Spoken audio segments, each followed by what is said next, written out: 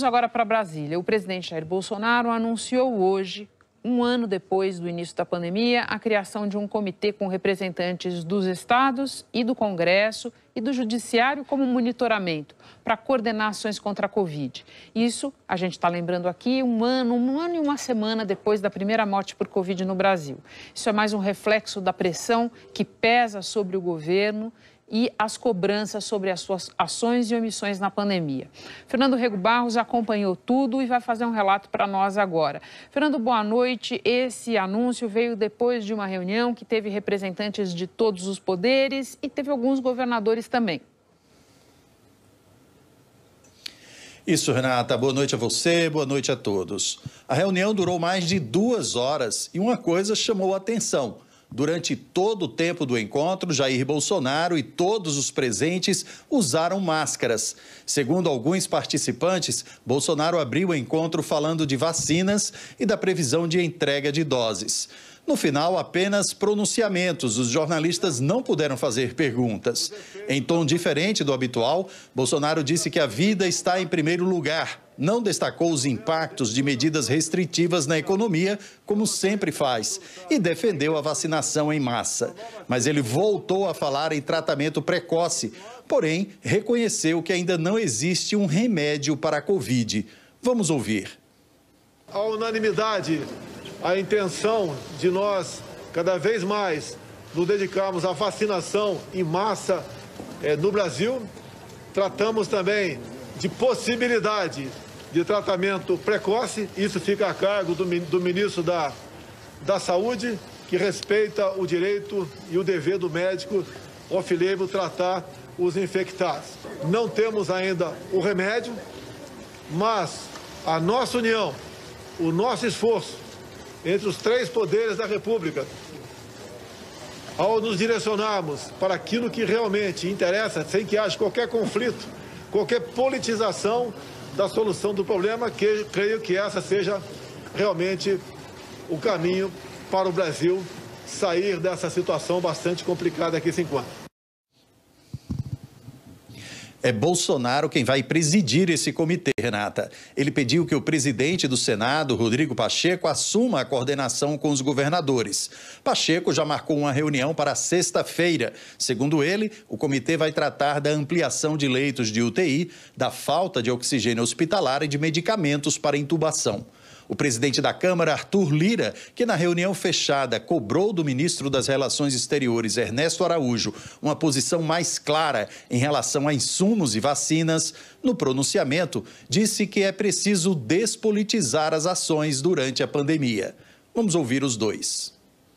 O momento e a realidade do Brasil, com uma doença com características diferentes da doença que nós conhecemos em 2020, impõe o dever cívico, patriótico e de responsabilidade, a união dos poderes e do povo brasileiro no enfrentamento dessa pandemia. Como bem falou o presidente Rodrigo Pacheco, a união de todos para que nós consigamos comunicar melhor, despolitizar a pandemia, nós tenhamos que desarmar os espíritos e tratarmos o problema como um problema de todos nós, um problema nacional que nos compete enquanto representantes da população, enquanto Câmara dos Deputados, Senado Federal, Supremo Tribunal Federal, Presidência da República, governos estaduais e municipais, falarmos uma linguagem só.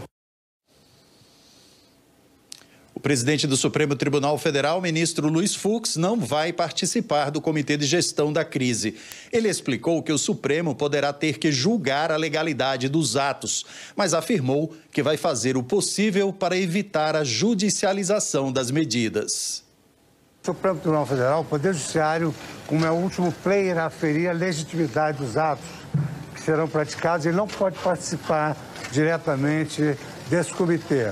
Entretanto, como esses problemas da pandemia exigem soluções rápidas, nós vamos verificar estratégias capazes de evitar a judicialização, que é um fator de demora na tomada dessas decisões. Fernando, você mostrou há pouco a fala do presidente da Câmara, Arthur Lira, nesse encontro. Já tinha ali alguns recados, evitar a politização da pandemia, coisas nessa linha. Mas horas mais tarde, ele falou num tom bem mais duro. Sim, Renata. Arthur Lira disse que a pandemia é a mais importante das mazelas brasileiras e fez cobranças sobre o que chamou de erros primários cometidos por autoridades fora do Congresso. Vamos ouvir. Quero deixar claro que não ficaremos alienados aqui, votando matérias teóricas como se o mundo real fosse apenas algo que existisse no noticiário.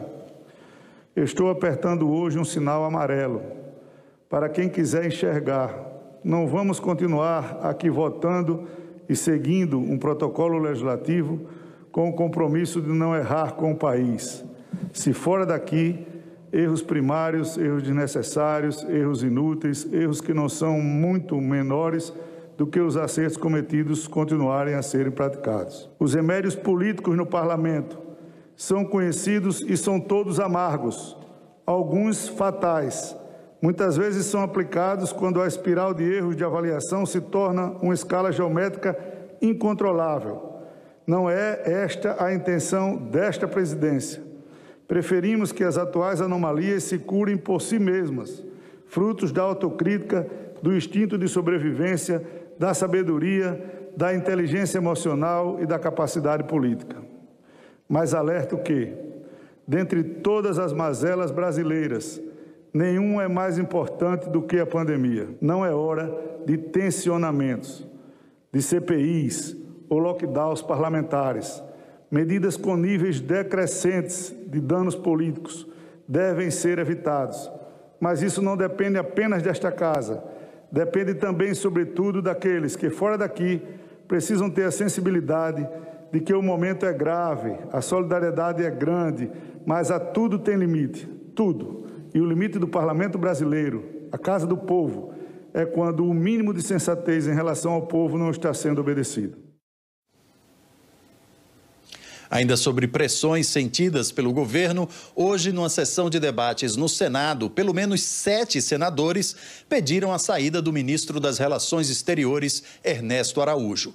Ele compareceu ao encontro para prestar esclarecimentos sobre os esforços para conseguir mais vacinas e ouviu duras críticas. Simone Tebet, do MDB, chegou a sugerir que o ministro pedisse para mudar e fosse para um ministério ideológico. O senador Randolph Rodrigues, líder da rede, disse que Araújo não tinha condições de ser ministro e pediu que ele renunciasse. Ernesto Araújo respondeu que dorme com a consciência tranquila e, segundo ele, é preciso reconhecer as qualidades do governo. Renata? Muito obrigada, Fernando.